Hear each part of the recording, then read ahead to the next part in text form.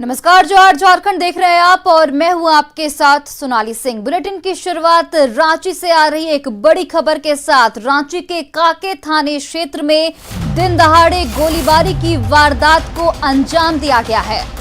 आपको बता दें, इस गोलीबारी में अभिषेक सिंह नामक एक व्यक्ति की मौत हो गई है। अभिषेक सिंह को सिर में गोली लगी थी, जिसका इलाज के दौरान मौत हो गई। ट्रक से छड़ उतारने के विवाद में ये मारपीट हुई थी। छोटू सिंह नामक एक युवक पर गोलीबारी के आरोप लगे हैं। कांके के बोड़ैया इलाके की ये पूरी घटना बताई जा रही है। और ओम प्रकाश फोन लाइन पर जुड़ गए रांची से हमारे सहयोगी। ओम प्रकाश, क्या कुछ जानकारी इस वक्त निकलकर सामने आ रही है? घटना के पीछे की मुख्य वजह?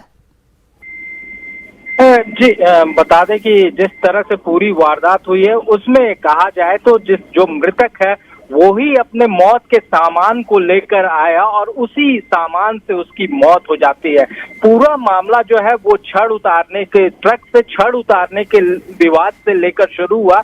दुकान के सामने छड़ उतारा जा रहा था, जिसे लेकर आसपास के दुकानदारों ने विरोध जताया, जिसके बाद दोनों पक्षों में विवाद शुरू हो गया। इसी दरमियान जो युवक है अभिषेक, वो घर से राइफल लेकर आता है, जो लाइसेंसी राइफल होती है उसी राइफल को लेकर आता है। लेकिन इसी दरमियान उस राइफल से को फायर न करने को लेकर उसके जीजा से ही उसकी बकझक हो जाती है और इसी खींचतान में फायर हो जाता है और जीजा के ही फायर के कारण जो अभिषेक है उसकी मौत हो जाती है। फिलहाल जो आरोपी जीजा है उसे भी पुलिस ने हिरासत में ले लिया है। वहीं पूरे मामले की तफ्तीश भी की जा रही है। एफएसएल की टीम हो या फिर तमाम जांच अधिकारी वहां पर मौजूद हैं और फिलहाल पूरे तथ्यों को खंगाला जा रहा है और सबूतों को इकट्ठा किया जा रहा है। लेकिन जिस तरह से ये पूरा विवाद हुआ, एक छोटे से विवाद ने एक बड़ा रूप ले लिया और उसी की वजह से ये पूरी घटना हुई। तो कहीं ना कहीं बताया जाए, कहा जाए कि जो हथियार हैं वो कहीं ना कहीं लाइसेंस को लेकर अब सोचने की जरूरत है। हल्के फुल्के विवाद में लोग लाइसेंसी हथियार निकाल लेते हैं और उसी क्रम में इस तरह की वारदात हो जाती है, जो जिस पर ध्यान देने की जरूरत है। जी ओम प्रकाश, बहुत बहुत धन्यवाद तमाम जानकारियों के लिए।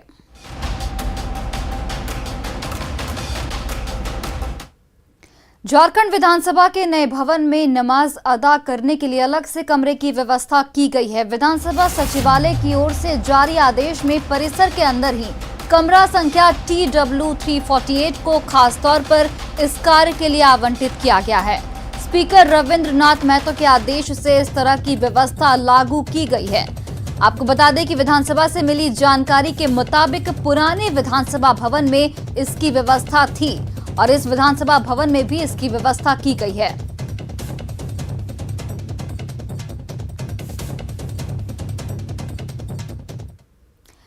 वहीं झारखंड विधानसभा में नमाज अदा करने के लिए एक कमरा अलॉट करने का मामला अब राजनीतिक तुल पकड़ने लगा है। नेता विरोधी दल के मुख्य सचेतक विरंची नारायण ने विधानसभा अध्यक्ष से हनुमान चालीसा पढ़ने और प्रार्थना और उपासना करने के लिए भी एक कमरा देने की मांग की है। तो जब मुस्लिम समाज नमाज अदा कर सकते हैं तो जो हिंदू धर्मावलंबी हैं वो हनुमान चालीसा क्यों ना पढ़ें? वो भी तो हनुमान चालीसा पढ़ते हैं। तो मैं माननीय विधानसभा अध्यक्ष जी से बहुत ही विनम्रतापूर्वक आग्रह करता हूँ कि जिस प्रकार आपने कमरे का अलॉटमेंट नमाज पढ़ने के लिए दिया है, उसी प्रकार से कम 5 कमरे का, क्योंकि संख्या बल में हम बहुत ज़्यादा हैं, कम से कम 5 कमरे का अलॉटमेंट या एक बड़े हॉल का अलॉटमेंट हमें हनुमान चालीसा पढ़ने के लिए दें।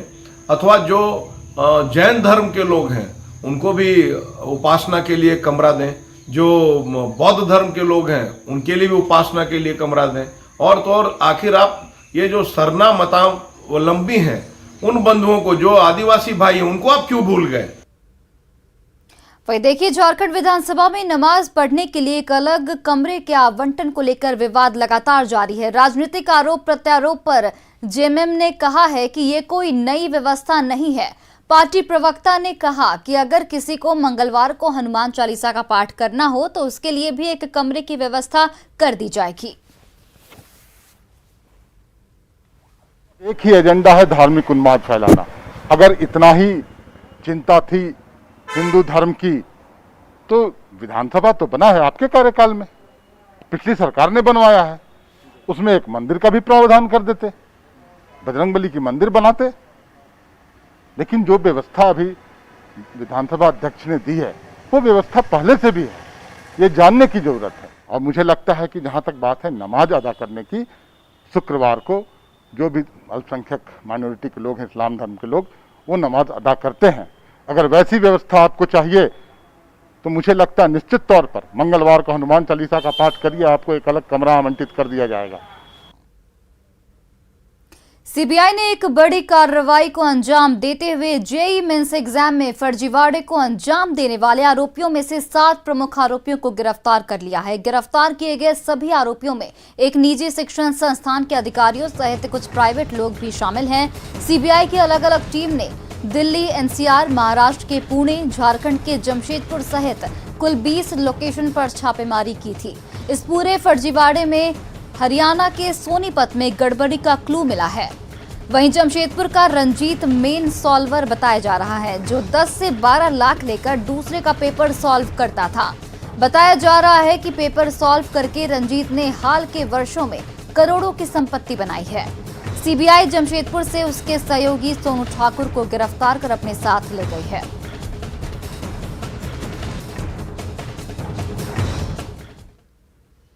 और देखिए, जेईई फर्जीवाड़ा मामले में सरायकेला के आदित्यपुर से सीबीआई की टीम टेंट कारोबारी सोनू ठाकुर को 9 घंटे पूछताछ के बाद अपने साथ रांची ले गई थी। इस दौरान पूछताछ में सोनू ठाकुर ने कई खुलासे भी किए।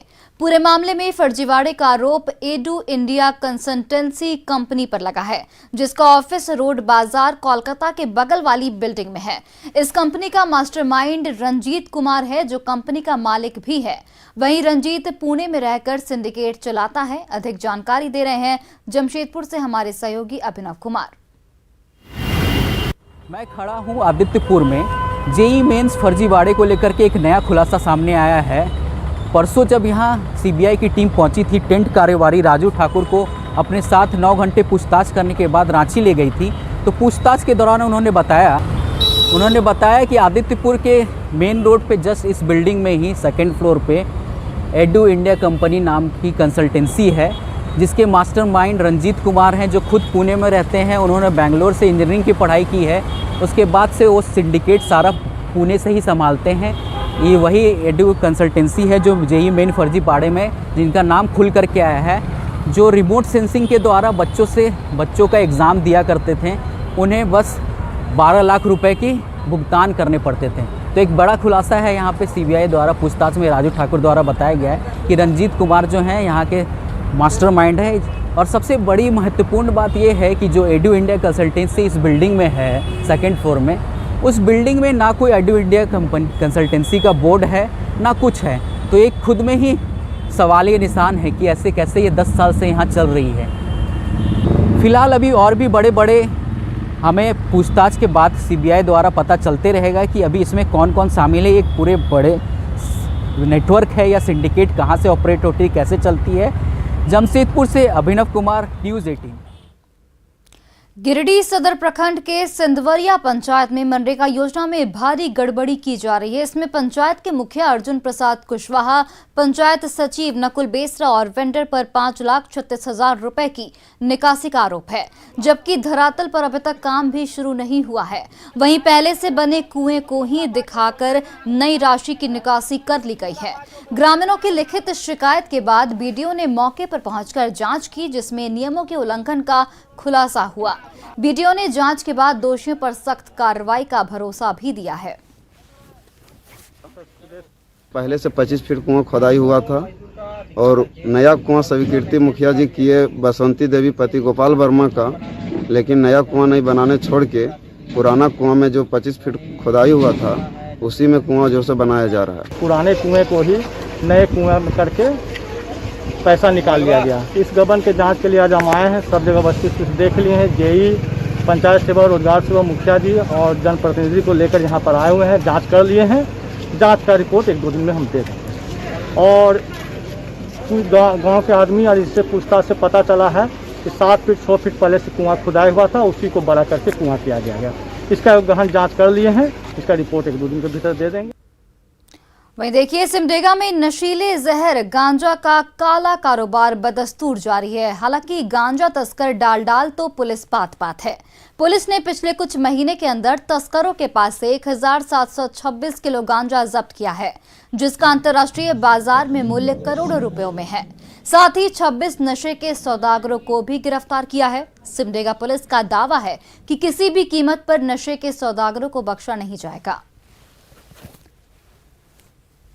1721 किलो गांजा के साथ कुल 26 शातिर गांजा तस्करों को धर दबोचा है और बाहर 12 वाहन भी जब्त किए गए हैं। ये करोड़पति बनने की होड़ में समाज में नशे का जहर घोलकर सामाजिक परिवेश को बिगाड़ने वाले सौदागर पिकअप वैन के बाहरी हिस्से में निर्मित बॉक्स में गांजा छुपा कर ले जा रहे थे, लेकिन हमारे पदाधिकारी ने फिर से धर दबोचा है। वहीं खबर धनबाद से, जहां हरियाणा पुलिस कतरास थाना क्षेत्र में छापेमारी करने पहुंची। दरअसल कुछ दिन पहले हरियाणा के कुरुक्षेत्र स्थित आयुर्वेदिक कंपनी डाबर के गोदाम से भारी मात्रा में च्यवनप्राश, हाजमोला समेत अन्य उत्पाद सामग्री लोड कर एक ट्रक गुवाहाटी के लिए रवाना हुई थी, लेकिन बीच रास्ते से ही वह गायब हो गई, जिसके बाद हरियाणा पुलिस ने जांच पड़ताल शुरू की। इस दौरान ड्राइवर की कॉल डिटेल्स के आधार पर हरियाणा पुलिस धनबाद पहुंची और गोपालपुर बस्ती के सफेक उर्फ गुड्डू के आवास पर छापेमारी की। इस छापेमारी के दौरान चोरी की गई भारी मात्रा में डाबर का उत्पाद बरामद किया गया। हालांकि हरियाणा पुलिस ने किसी की भी अभी तक गिरफ्तारी होने की बात से इनकार किया है।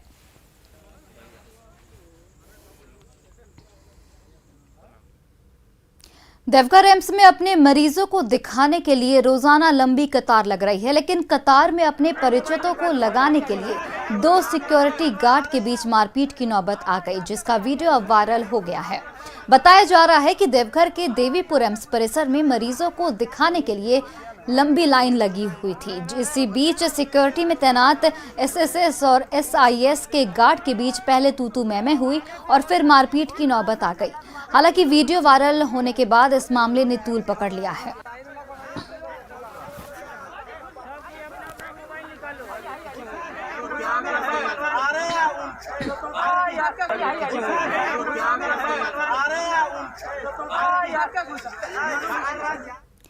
गिरिडीह के 2 अलग अलग प्रखंडों में आकाशीय बिजली से 30 जानवरों की मौके पर ही मौत हो गई। देवरी प्रखंड के गंगर घाट में जहां 22 जानवरों की मौत हो गई है, वहीं जमुआ में 8 जानवरों की मौत हो गई। बताया जा रहा है कि गंगर घाट में कल शाम 5 बजे आकाशीय बिजली गिरने से वहां चल रहे जानवरों की घटनास्थल पर ही मौत हो गई। वहीं जमुआ के करुमटाड़ निवासी राजू रविदास के 8 जानवरों की मौत आकाशीय बिजली की चपेट में आने से हो गई। वहीं इस घटना से पूरे इलाके में हड़कंप मच गया है और लोग दहशत के माहौल में जीने को मजबूर हैं। वहीं किसान अब सरकार से उचित मुआवजे की मांग भी कर रहे हैं। सरकार से, विभागीय से मांग करते हैं कि ऐसे गरीब का मुआवजा मिले। जो सरकारी मुआवजा है वज्रपात में, वो इस गरीब के तक पहुंचे।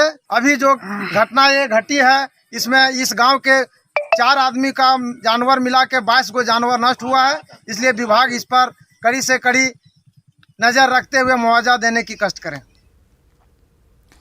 खबर गढ़वा से, जहां भंडार पंचायत में बीती रात आकाशीय बिजली कहर बनकर टूटा और 3 लोगों की जान ले ली। साथ ही 9 बकरी की इस दौरान मौत की आगोश में ले लिया गया, जबकि 6 लोग घायल बताए जा रहे हैं। सभी घायलों का इलाज सामुदायिक स्वास्थ्य केंद्र में जारी है। वहीं इस घटना से गांव में मातम पसर गया है।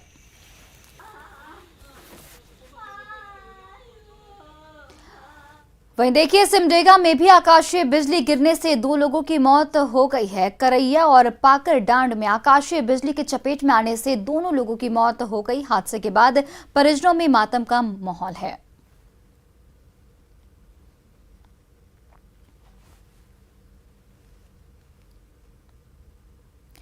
कोरोना काल में करीब 1.5 साल बाद खुले स्कूल में बच्चों के बैठने की कोई व्यवस्था नहीं है। देवघर में देवीपुर के +2 स्कूल का ये हाल है, जहां 8 से 10 किलोमीटर पैदल चलकर स्कूल पहुंचने वाले बच्चे बैरंग वापस लौट रहे हैं, क्योंकि प्रबंधन बच्चों की अधिक संख्या से खुद को लाचार लाचार समझ रहा है। इससे बच्चे जहां परेशान हैं, वहीं उनके अभिभावक प्रबंधन से नाराज हैं। स्कूल के प्रिंसिपल का साफ तौर पर कहना है कि स्कूल में कमरे की संख्या कम है, जिससे छात्रों को बिठाने में परेशानी हो रही है। क्लास में बेंच डेस्क के साथ ही कुर्सी भी लगाई गई है, लेकिन वो भी छात्रों की अधिक संख्या की वजह से नाकाफी साबित हो रहे हैं। साल बाद हम लोग का स्कूल खुला है और स्कूल में बहुत अच्छी पढ़ाई होती है, जिसके कारण हम लोग सभी स्कूल आके पढ़ना चाहते हैं। लेकिन स्कूल में कक्षा का अभाव होने के कारण और नामांकन ज़्यादा होने के कारण यहाँ पे बैठने की सुविधा नहीं होती है।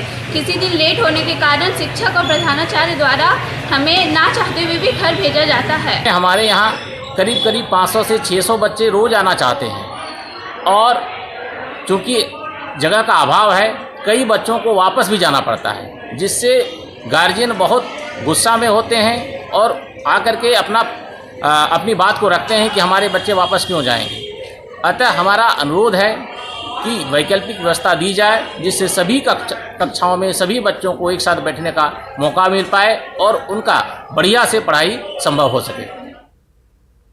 सिमडेगा को हॉकी की नर्सरी माना जाता है। यहाँ के हॉकी सेंटर एसएस बालिका स्कूल की कोच के रूप में 2008 में योगदान देने के बाद प्रतिमा बारवा के निर्देशन में बेहतरीन हॉकी खिलाड़ी निकले हैं। सलीमा टेटे, संगीता कुमारी, ब्यूटी डुंगडुंग और सुषमा कुमारी जैसी खिलाड़ियों ने झारखंड की पहचान अंतर्राष्ट्रीय स्तर पर बनाई है। हॉकी में खास मुकाम हासिल करने के बाद भी यहाँ कोच अब तक मानदेय पर ही काम कर रही है।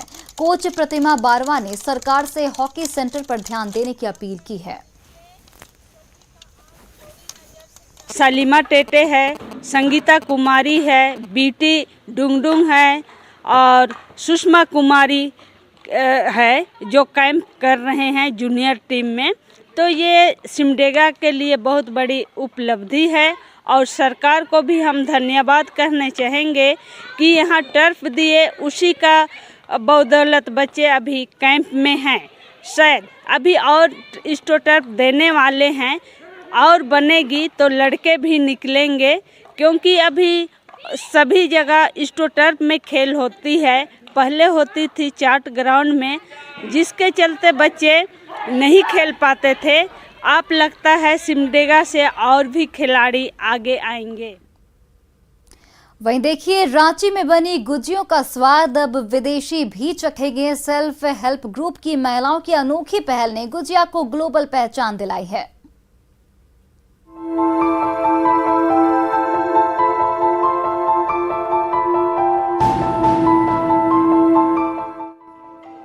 रांची में शुद्ध देसी घी से बनी पकवान न केवल भारत में बल्कि विदेशों में भी धूम मचा रही है। इंग्लैंड और अमेरिका जैसे देशों में फिलहाल इस स्वादिष्ट पकवान की सैंपल भेजी गई है, जिसके बाद जल्द ही उन देशों के लिए ऑर्डर डिस्पैच किए जाएंगे।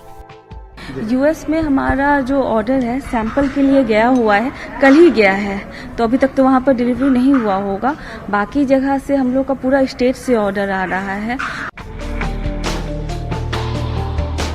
सेल्फ हेल्प ग्रुप की महिलाओं ने गुजिया की डिमांड को देखते हुए जल्द ही इसे ऑनलाइन प्लेटफॉर्म पर लॉन्च करने की योजना बनाई है, जहां से लोग आसानी से इसे खरीद सके। इतना ही नहीं, भारत में इस पकवान को FSSAI से मान्यता भी प्राप्त है।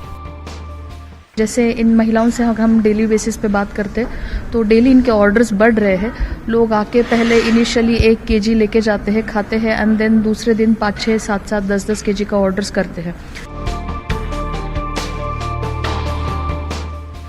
झारखंड सरकार की कोशिशों से राज्य की महिलाएं आत्मनिर्भर भी बन रही हैं, साथ ही राज्य के खान पान को अंतर्राष्ट्रीय पहचान भी दिला रही हैं। ओम प्रकाश, न्यूज़ 18, रांची। कोविड-19 महामारी से लड़ाई में आशा कार्यकर्ताएं भारत की फ्रंटलाइन स्वास्थ्य कर्मी हैं। अगर इन्होंने अपनी जान की परवाह किए बिना मोर्चा न संभाला होता तो शायद भारत का स्वास्थ्य तंत्र पूरी तरह से चरमरा जाता। महाराष्ट्र के नासिक जिले की आशा सुपरवाइजर संगीता भोई ने अपने काम से बढ़कर लोगों की मदद की और हमारी संजीवनी चैंपियन बन गई। कोविड-19 वैक्सीनेशन को लेकर नेटवर्क 18 और फेडरल बैंक की जागरूकता मुहिम संजीवनी और शॉर्ट ऑफ लाइफ ने संगीता से एक मुलाकात की।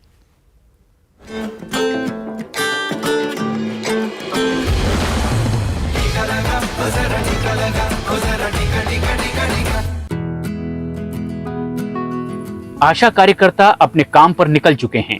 गुजरात की सीमा पर दूर दराज के इलाके में बसे इस ठाणा पाड़ा गांव में स्वास्थ्यकर्मी जंगलों और नदियों को लांघते हुए कई किलोमीटर पैदल चलकर मरीजों तक पहुंचते हैं, खासतौर पर कोरोना संक्रमितों के लिए। दादा हो दादा हाँ झोपले की काय आम्ही तुम्हाला भेटायला आलोय। संगीता भोय आशा सुपरवाइजर हैं, जिनकी टीम में 12 आशा कार्यकर्ता हैं और जमीनी स्तर पर संगीता का काम बेहद ही सराहनीय रहा है।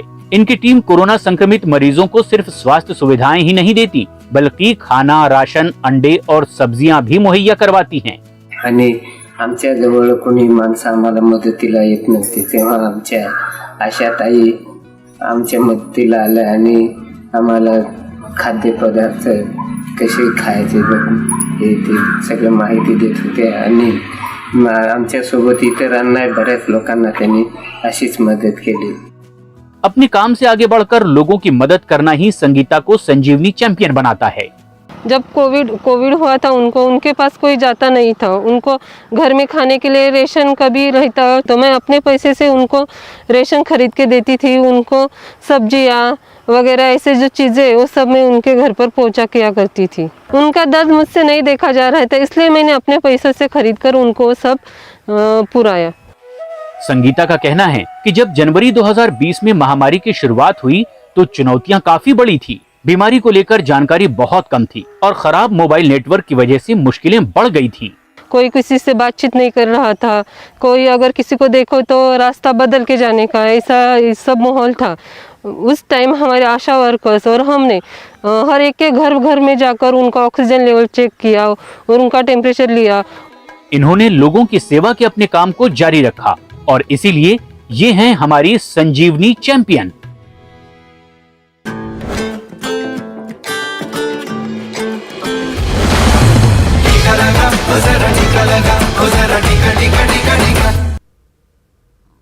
और फिलहाल इस बुलेटिन में इतना ही। आप देखते रहिए न्यूज़ 18 बिहार झारखंड।